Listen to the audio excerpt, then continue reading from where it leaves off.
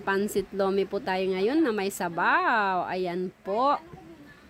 Ito po, may fried garlic po ako. Gulay. Niluto ko na po yung gulay. Fishball. Hipon. Tsaka ano po, chicken. Tapos po yung pinag-anuhan ko po ng hipon ay nilaga ko po yan. Yan po yung pansabaw ko para sobrang lasa ng sabaw. Ayan. Eto na po. Ipinapakulo ko po muna para lumasa ang sabaw. Ayan. Tapos tinanggal ko po ulit yung lomi kasi ayaw ko po ng lapsa eh. So ganyan po yung style kong magluto ng lomi. Ayan na.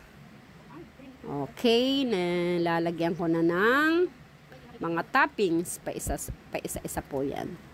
Ayun, syempre may garlic, fried garlic para sobrang sarap ng aking lomi.